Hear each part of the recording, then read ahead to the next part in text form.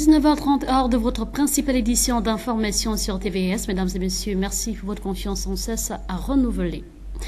Nous ouvrons ce journal avec le social. Les habitants du quartier derrière l'hôpital à Port-Gentil vivent au quotidien des difficultés, j'y arrive, une situation qui pourrait s'améliorer dans les tout prochains jours. Le constat a été fait par Esranel au Volondon de Média Plus. Oui, le courant, vraiment, c'est très compliqué. La plupart des personnes, nous sommes obligés, comme la distance entre la route et ici, c'est très compliqué. Donc, parfois, vous trouvez des personnes à plus de 10 sur un compteur parce que, vraiment, c'est très compliqué. Regarde d'abord le pont là. Les gens, les enfants partent à l'école, ils tombent là. Les parents, nous, avec les sacs de riz, on souffre. Il n'y a pas la route. Amenez même l'école ici là. Amenez le courant, les poteaux partout. Mettez les ruelles. Ces cris de détresse des populations vivant dans la zone dite derrière le centre hospitalier régional de Port-Gentil, dans le 4e arrondissement, ont été recueillis vendredi dernier. Ceux-ci décrivent en d'autres termes les conditions affligeantes qui alimentent le quotidien de cette tranche de la population gabonaise. Interpellées sur ces questions d'ordre socio-économique, les autorités politico-administratives demeurent insensibles. Une forme d'abandon qui a tout de même éveillé quelques mois plus tard des initiatives, singulièrement celles consistant à mettre en place un collectif des jeunes habitants des lieux. Celui-ci visera essentiellement à recueillir les mots qui minent leur environnement et tenter pourquoi pas de trouver quelques solutions. Oui, on a commencé la sensibilisation, il y a de cela, c'est 3 femmes du quartier, parce que la fois passée on avait fait le programme avec des hommes, ça n'avait pas bien marché, il y avait un peu le désordre. Donc on a fait, n'est-ce pas, un bureau qui doit faire fonctionner, n'est-ce pas, l'œuvre du début jusqu'à la fin pour voir les travaux se réaliser. Donc on demande, n'est-ce pas, les personnes de bonne volonté à participer avec 15 000 francs, ceux qui ont les terrains dans cette zone-là, à participer avec 15 000 francs d'ici la fin du mois, d'ici le 5 août, pour que chacun participe avec 15 000 francs d'une manière respective pour le développement de notre quartier. Parce qu'on ne va pas entendre tout venant de l'État. Il faudrait que nous-mêmes aussi on puisse s'atteler de pouvoir faire quelque chose de mieux pour nous, avant que l'État ne vienne faire. Conscient que les pouvoirs publics ne peuvent tout faire, il incombe désormais aux populations gabonaises résidant dans ces espaces populaires de jouer leur partition en tant que principaux acteurs des lieux. Mais pour ce faire, il faut militer pour la consolidation des efforts en vue de contribuer un tant soit peu à l'amélioration des conditions de vie. Le gouvernement a annoncé une nouvelle mercuriale. Qu'en est-il exactement? Fabiola Mengue est allée s'enquérir de la situation. Le reportage est mis en image par nos confrères de TV+. L'annonce d'une nouvelle mercuriale faite par le ministère de l'économie gabonaise n'est toujours pas effective. On voit les réactions de plusieurs commerçants. C'est pas encore arrivé ici. D'accord. Ouais. Donc vous n'avez encore aucune information? Non, je n'ai pas encore l'information. Ce sera une surprise pour nous. Ouais, effectivement. Donc, pourquoi donner une annonce sur une nouvelle forme de mercuriale si le projet n'est pas effectif? Nous rappelons que de nombreux ménages se plaignent du coût de la vie et si pour une raison fortuite, le gouvernement, comme à l'accoutumée, balade des Gabonais avec des promesses sans lendemain, on ose se poser la question, à quoi joue-t-il vraiment?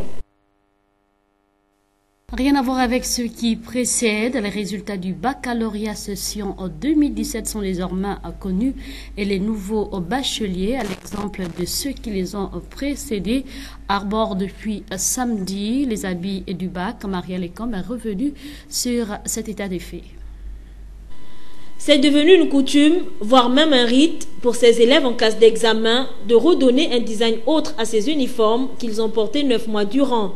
Cette pratique, qui intervient après la délibération des résultats du baccalauréat et du BEPC, voudrait traduire le ouf de soulagement et la séparation avec l'univers scolaire pour le monde estudiantin. Une fois l'élève entend son nom, immédiatement, il procède au relooking de l'uniforme qui se fera désormais appeler l'habit du bac. Tu veux gaspiller ton tachot? Gaspille. Oh merde. Maman, je vais les prendre. C'est nos fils.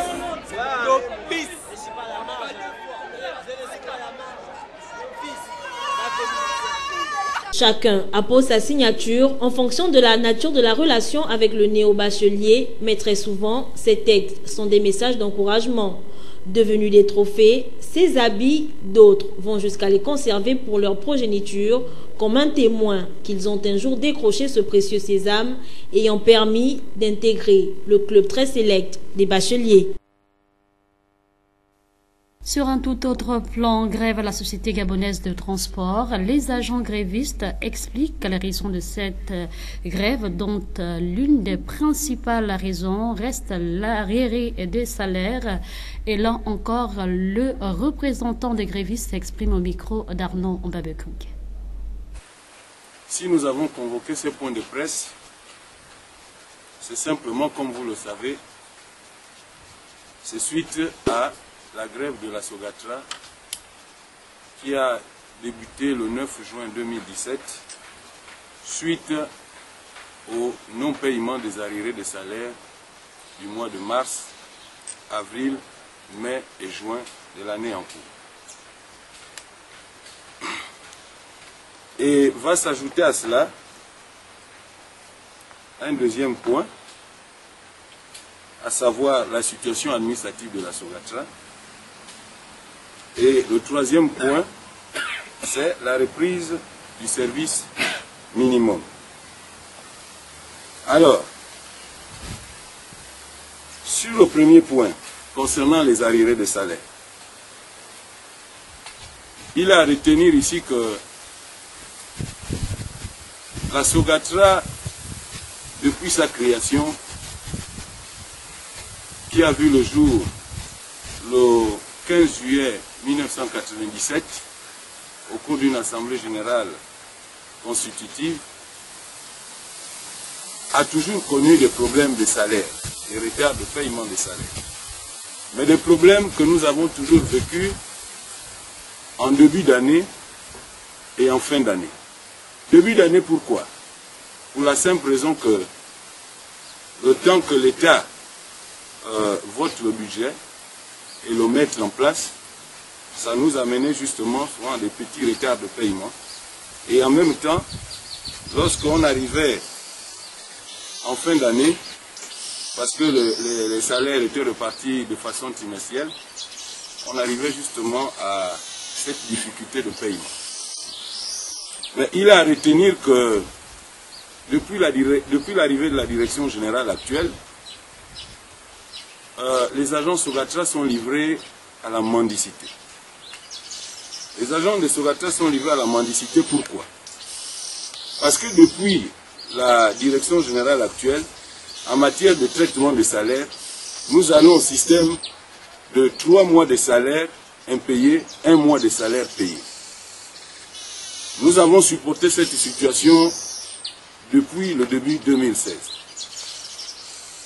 Ce jusqu'à ce que le directeur général actuel de la Sogatra va tomber malade et pour des raisons de santé va s'absenter du pays, ce jusqu'à ce jour. Et du coup, les agents de la Sogatra vont se retrouver abandonnés à eux-mêmes par rapport à cette situation de salaire. Nous n'avons plus d'interlocuteurs pouvant venir édifier la base, à savoir le personnel, sur comment est-ce que nous pouvions rentrer en possession de nos arriérés de salaire. C'est pour cette raison que le personnel de la Sogatra, de façon unanime, le 9 juin 2017, a décidé de rentrer en grève illimitée dû aux arriérés de salaire du mois de mars, avril, mai et juin 2017. Bien que faisant face à certaines difficultés, comme c'est le cas dans la plupart des structures sanitaires, les activités du dispensaire municipal de Moudouma vont bon train. C'est ce que nous rapporte ici Edwin Zengi de Média Plus. Situé non loin du centre hospitalier régional de Port-Gentil qui se trouve au quartier Tchengue, le dispensaire municipal Chef et Jeune Moudouma du 4e arrondissement est une structure sanitaire enclavée mais qui soulage les populations. On a l'affluence des malades et on soulage la population tant qu'on peut. Les consultations sont gratuites. gratuite pour les Gabonais et 2000 francs pour les expatriés. C'est à la portée de tout le monde. Ici, on consulte sans demander quoi que ce soit.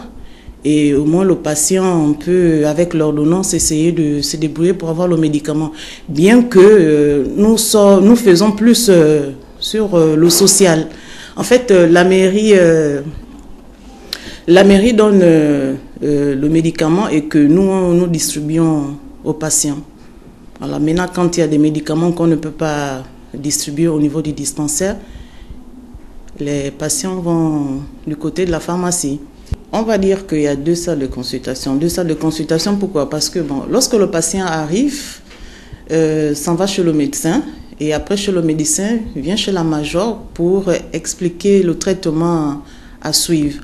Mais bien avant ça, d'abord, le patient doit passer par la salle de soins. La salle de soins où on doit prendre les paramètres pour essayer de voir si le patient ne fait pas une haute tension, ne fait pas d'hyperthermie, pour essayer de prendre en charge avant que le médecin n'arrive. Et après ça, on remet l'ordonnance et après remettre l'ordonnance, s'il y a du médicament à donner, on remet aussi le médicament. L'infirmière major est revenue sur les pathologies qu'elles enregistrent le plus souvent au cours des consultations.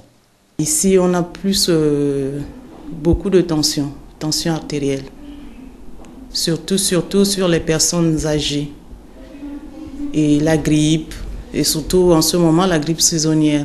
Nous avons Dr Ikwakwa, c'est lui qui coordonne le dispensaire. Les consultations commencent très tôt le matin puisque nous commençons le travail à partir de 7h30. Donc à partir de 7h30, on a commencé.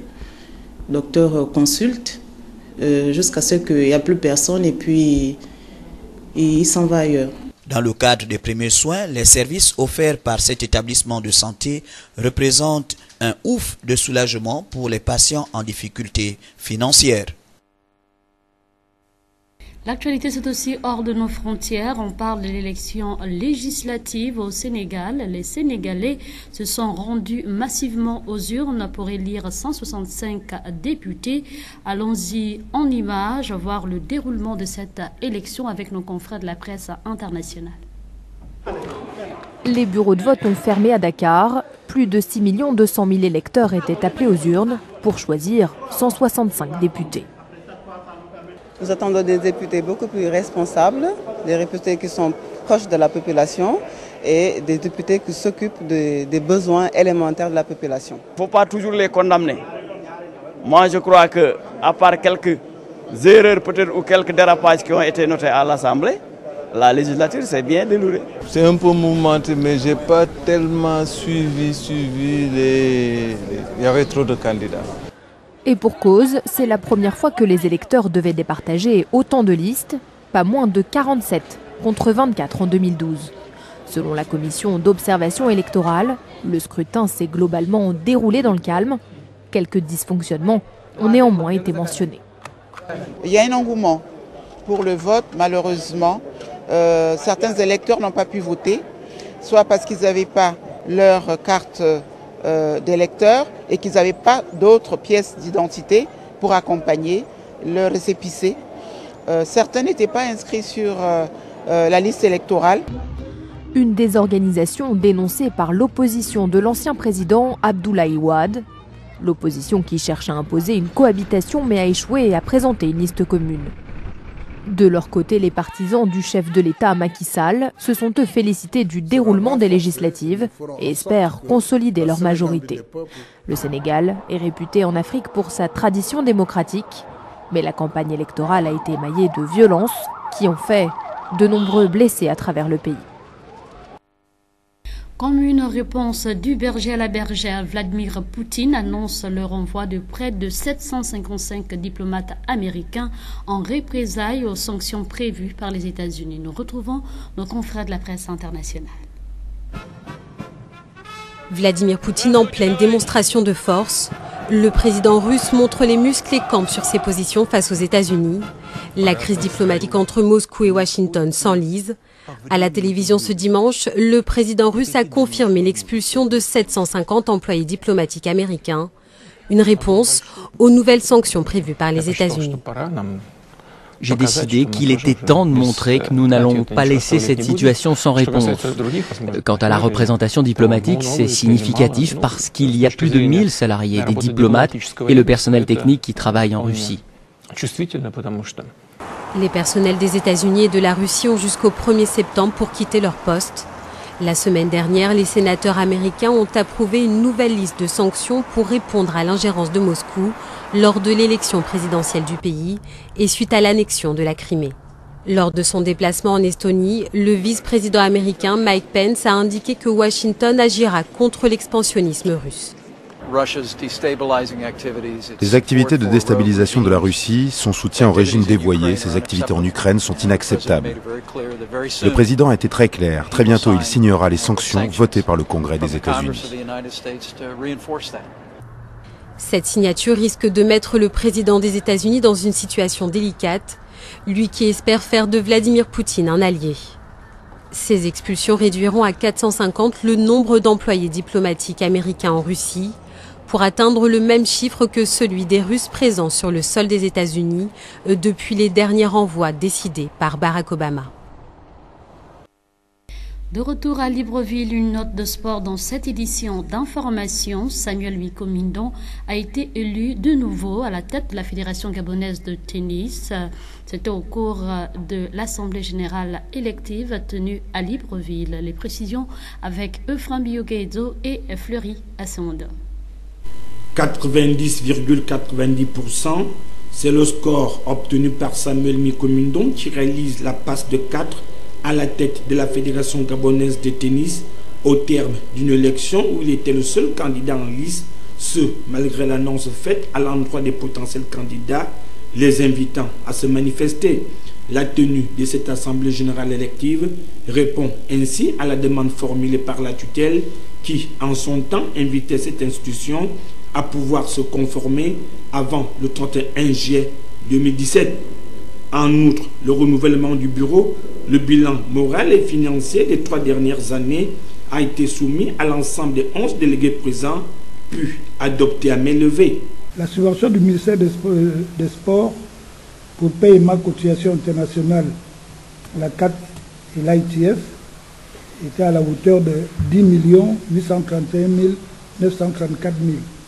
934 francs en décembre 2016. Ce qui fait qu'aujourd'hui, nous n'avons pas de problème au niveau de l'ITF ni de la CAT. Nous sommes bel et bien membres en règle. Les 4 ans à venir seront de taille pour le bureau conduit par Samuel Miko-Mindon, qui a le devoir de poursuivre son œuvre entamée dans l'édification du tennis sur le plan national, à l'exemple du tennis à l'école, un programme d'initiation programmé et destiné pour les enfants des écoles primaires qui, aujourd'hui, portent ses fruits. Le premier moyen, ce sont les hommes. Et notre programme de développement est basé sur les hommes. Et lorsque je vous donne les quelques articulations principales de ce programme, c'est d'abord le tennis à l'école primaire. En 2017, nous avons formé près de 200 instituteurs au tennis à l'école primaire, qui n'est rien d'autre que des jeux de veille entre un instituteur et 16 élèves avec des raquettes adaptées à la taille de l'enfant avec des balles à faible rebond. C'est vous dire que c'est ce qui fait même en sorte que nous nous retrouvions dans une école primaire pour faire notre assemblée générale. C'est pour nous un symbole fort. 2 jeunes Gabonaises sont en passe d'inscrire leur nom sur l'échiquier international. Nous sommes en 2017. Vous avez une jeune Gabonaise qui vient d'avoir 17 ans le 27 juillet. Célestine Avomo, qui est 257e joueuse mondiale junior. Et elle a découvert le tennis dans les écoles. Nous avons aussi une jeune fille qui joue en France, Manuela Nyomba. Vous voyez que nous avons des espoirs et très jeunes, très tôt, parce que le programme, je dirais, bonifie la présence dans l'école primaire. Bon, à cette articulation de base s'ajoute l'organisation de compétition, la formation des hommes, des cadres, des entraîneurs. Nous avons en ce moment près d'une vingtaine d'entraîneurs certifiés ITF, International Tennis Federation. Donc, c'est des entraîneurs reconnus au niveau international, donc je peux dire que c'est grâce à eux que nous avons ces résultats. C'est pourquoi je dis que le premier moyen, ce sont les hommes. Et je l'ai dit pendant l'AG, nous n'avons pratiquement pas eu de moyens pendant les 2 dernières années. Mais je répète, le premier moyen, ce sont les hommes et la volonté de faire ce qu'ils... Les délégations venues des provinces du Wellington, Haute-Ogooué et l'Estuaire ont pris une part active aux travaux sous la supervision du Comité national olympique qui, par la suite, procédera à l'installation du tout nouveau bureau. Ce dernier décline ici son programme pour les 4 prochaines années. Il a par la suite affirmé mettre en œuvre son savoir-faire pour le bien du tennis. Nous l'écoutons une fois de plus au micro de Frambio Guedzo face à la caméra de Fleury Asseondo. Nous remercions le ministère des Sports parce que le ministère des Sports nous aide énormément. Je l'ai dit pendant l'AG, grâce au ministère des Sports, nous avons maintenant un site. Le ministère des Sports nous a fait une correspondance mettant à la disposition du tennis gabonais le site de Minoubé avec 8 cours et un clubhouse. C'est vrai que les cours sont dans un état assez délabré. Nous avons demandé de l'aide au ministère. Nous avons aussi demandé de l'aide au niveau de l'ITF, c'est-à-dire la Fédération internationale. Nous cherchons des sponsors pour, je dirais, restaurer ce site-là. Et je le dis aux autorités de tutelle, si nous arrivons à avoir un site à nous avec 8 cours où les enfants peuvent s'entraîner comme ils veulent, quand ils veulent, ce n'est pas 2 champions que nous allons avoir, mais près d'une dizaine. Parce que c'est scientifiquement prouvé que lorsque l'entraîneur est dispo, comme le sont les nôtres, lorsque vous avez les structures, il n'y a pas de... Je dirais que c'est presque scientifique que, à force d'entraîner le plus grand nombre d'enfants, parce que j'ai oublié de dire que dans les écoles primaires où nos instituteurs travaillent un peu, c'est vrai que c'est très difficile en ce moment avec les moyens de bord. On a près de 5000 élèves dans les 5 écoles où les instituteurs. Donc, nous avons un vivier qui nous permet de former des champions très très tôt, à 5-6 ans, l'enfant joue. Donc, voilà un peu brosser le programme. Et je l'ai dit, ce programme, je ne l'ai pas fait. Ce sont les entraîneurs, ce sont les présidents de clubs, les présidents de ligue, qui sont des experts. Parce que nous, au niveau de l'ITF, les formations sont assez pointues pour former les administrateurs, former les encadreurs, former les dirigeants. Donc, pour qu'on parle le même langage. Donc, je leur ai dit, c'est le programme qu'ils ont concocté avec comme base le tennis à l'école, l'organisation des compétitions de jeunes et les infrastructures que le ministère nous aide à mettre en place. Donc, voilà un peu ce que je leur ai proposé qu'eux-mêmes continuent de faire, puisqu'ils le font déjà. Donc, ils continuent de le faire pendant les 4 prochaines années pour que, je répète, nous n'aurons pas 2 ou 3 champions de dimension internationale, mais au moins 10, parce que c'est scientifiquement prouvé que lorsque vous avez des entraîneurs passionnés, vous avez des infrastructures, vous avez le vivier que nous avons dans les écoles, les joueurs de bon niveau arrivent très vite et très tôt. Nous changeons de discipline. Sifflotant chez les filles et Libreville Handball chez les hommes sont désormais champions de la Coupe de la Ligue de Handball qui s'est disputée au plateau sportif de l'université Omar Bongo. Une brillante fin de saison qui s'est terminée par une note de satisfaction suite au niveau très élevé des handballeurs. C'est ce que nous rapporte ici Mosconi Ngonba et Bertrand Komideka dans ce reportage. Vainqueur au match aller de la Coupe de la Ligue, l'équipe des Sifflotantes n'a pas réalisé l'exploit cette fois-ci en match retour face à la Jacques de Revanchard qui s'est imposé 32 contre 24. Le match était impressionnant, mais nous on avait confiance en lui parce que Dieu nous a encore confirmé dans Jean 14 au verset 1. Il nous a encore confirmé qu'il était avec nous, qu'on ne doit pas s'inquiéter. Et nous avons remis tout entre ses mains. Nous n'avons pas paniqué, mais parce que nous avons confiance en notre Jésus, qui est l'alpha et l'oméga, le commencement et la fin. Nous avons délié cette victoire. Nous sommes déçus parce qu'on a perdu, évidemment, mais on ne peut pas dire que l'équipe adverse a démérité. On a lutté comme on a pu, mais dommage que ce soit aux prolongations, au tir au but, qu'on a été vaincus. Même scénario chez les messieurs où Libreville Handball avait également pris le dessus sur Réveil Diebling, mais au retour, les rôles se sont inversés. Réveil Diebling, dès l'entame de la partie, a marqué son empreinte en réalisant coup pour coup des balles de but qui ont porté le score à 28 contre 26. À l'épreuve des prolongations, Libreville Handball s'en est plutôt bien tiré avec une victoire 6 contre 2 au terme de cette rencontre. La mi-temps a été compliqué parce que tout d'abord on est venu comme si on avait déjà, c'était un match qu'on avait déjà gagné et les adversaires ne se sont pas laissés faire. Ils sont revenus au score. Malheureusement, on a perdu le match, mais nous sommes allés en prolongation et nous sommes vraiment très heureux d'avoir gagné après les prolongations. Je veux dire que dans l'ensemble c'était pas mal déjà pour le début de match. La semaine passée, nous avons joué contre eux, ils nous ont battus de 4 buts d'écart. Là, ce match-là, nous avons joué, nous les avons battus de 2 points. Nous sommes allés en prolongation. Je veux dire que ce qui a fait en sorte que nous ne puissions pas gagner ce match, parce que nous avons beaucoup raté face à face avec le gardien adverse. Et je pense que défensivement aussi, nous n'avons pas été bons. Pour ces finales retour de la Ligue, Sifflotant chez les filles s'empare du titre en lieu et place de la Jacques qui n'a pas démérité. Libreville Handball chez les messieurs s'est fait peur en match aller, mais très vite les compteurs ont été remis à 0. Une fin de saison riche en spectacles. Les champions sont désormais connus par tous. Il ne reste plus qu'à dire au revoir à ces handballeurs qui, durant cette saison, ont donné le meilleur d'eux au grand bonheur de la joie que procure cette discipline. Au terme de cette saison sportive qui s'achève en apothéose avec un bilan positif qui est clairement salué par la présidente Mélanie Ntsamamba, qui a également remercié tous ceux qui, de près ou de loin, ont contribué au bon déroulement de cette compétition. Les précisions avec Moscou Nyengonba et Bertrand Komileka.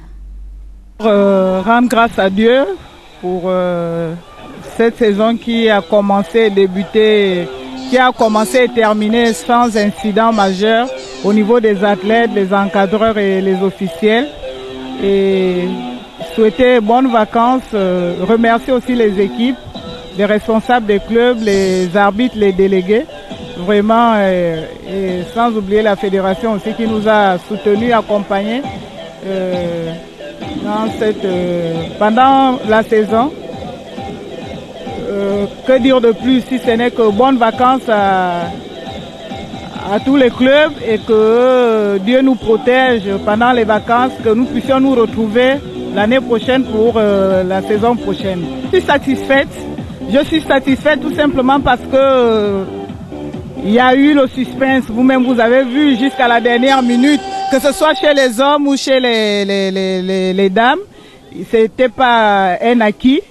Donc contrairement à ce qu'on pensait, les choses ont été... Il y a eu de l'engouement et le suspense était là. Vraiment, c'était beau. C'était beau.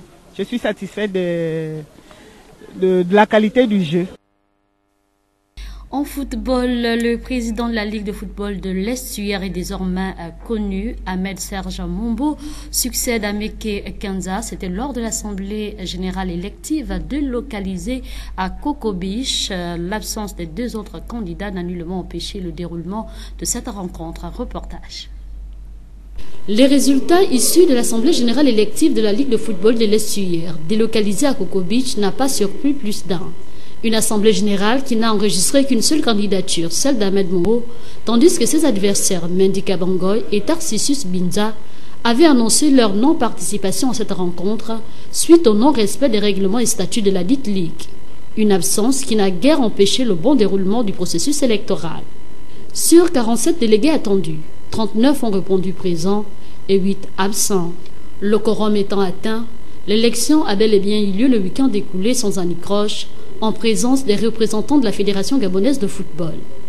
Tout reste à croire que les autres présidents des sous-ligues et clubs travailleront en étroite collaboration avec le nouveau président et son bureau. Cependant, il est à noter que le non-respect des textes et règlements des statuts constitue l'épine dorsale de toutes les élections entachées d'irrégularités, fustigées par les membres des dites fédérations, ligues et clubs. Il serait temps d'y remédier définitivement à cette situation. Et avant de nous dire au revoir, place à présent à votre rubrique Expression libre. Que comptez-vous faire maintenant que vous avez obtenu le baccalauréat? C'est la question posée aux nouveaux bacheliers qui sont au micro de Psaume Ayant face à la caméra de Bertrand Koumileka. Quel est votre sentiment après avoir passé le bac et que comptez-vous faire? Mon sentiment après avoir passé le bac, c'est que j'ai été vraiment satisfait, surtout que je ne m'attendais pas vraiment à ce résultat. Moi, je pensais à l'admissibilité quand je suis venue ici, mais à ma grande surprise, quand j'arrive, je suis admise d'office et je suis vraiment contente. Pour ce que je vais faire, je suis en train de chercher en ce moment pour passer les concours dans les différentes écoles du Gabon. J'attends quand une occasion va se présenter pour pouvoir y aller. De rien. Bonjour. Je crois que au sortir de cet examen, normalement mon objectif, c'est d'aller en fac d'anglais pour sortir plus tard, prof d'anglais ou soit interprète. Mais si les conditions sont favorables sur la condition du pays, je crois que cela pourra aussi être un moyen pour lequel je pourrais réaliser mes rêves. Au cas contraire, il y a plusieurs branches que je pourrais faire. Derrière. Quel est le sentiment que vous éprouvez maintenant que vous avez le bac et que comptez-vous faire après l'obtention de votre bac? Bon, pour l'instant, rien n'est encore acquis. On attend, puisqu'on est allé, on attend au deuxième tour. On est admis pour le deuxième tour. Et le sentiment qu'on éprouve, c'est en quelque sorte le sentiment de satisfaction quelque part, puisque beaucoup de nos amis n'ont pas eu cette chance. Et malheureusement pour eux, ils vont devoir attendre l'année prochaine. Par rapport au projet que nous avons, on attend que tout soit d'abord, on attend surtout la délibération du second tour. Et ensuite, on aura mieux s'asseoir pour pouvoir programmer le futur. Oui. Bonjour madame. Quel est votre sentiment après avoir obtenu le bac et que comptez-vous faire? Mon sentiment après avoir obtenu le bac, je suis contente, mais aussi un peu triste parce que moi personnellement, j'ai perdu ma maman pendant l'examen, donc du coup, je peux pas être vraiment contente parce que je peux pas fêter mon examen, elle n'est pas là. Bon, et après le bac, ce que j'envisage de faire, c'est aller à l'UOB comme tout autre et dans une école. Quel est votre sentiment après avoir eu le bac et que comptez-vous faire? Bon, mon sentiment, en fait, c'est grand, mais je ne suis pas différent. Je suis toujours le même, avec beaucoup plus d'ouverture. À présent, j'ai envie de faire le droit. Je compte faire le droit. Là, je suis même venu pour récupérer, mon relevé. Mais sinon, c'est beau. C'est le fruit de tout un travail acharné. Et mes parents sont fiers. Merci encore. C'est sur cette note que se referme cette édition d'information. Les cadres étaient assurés par Bertrand Koumileka, la réalisation, l'incontournable David Mitola. Merci pour votre fidélité et bonne nuit chez vous.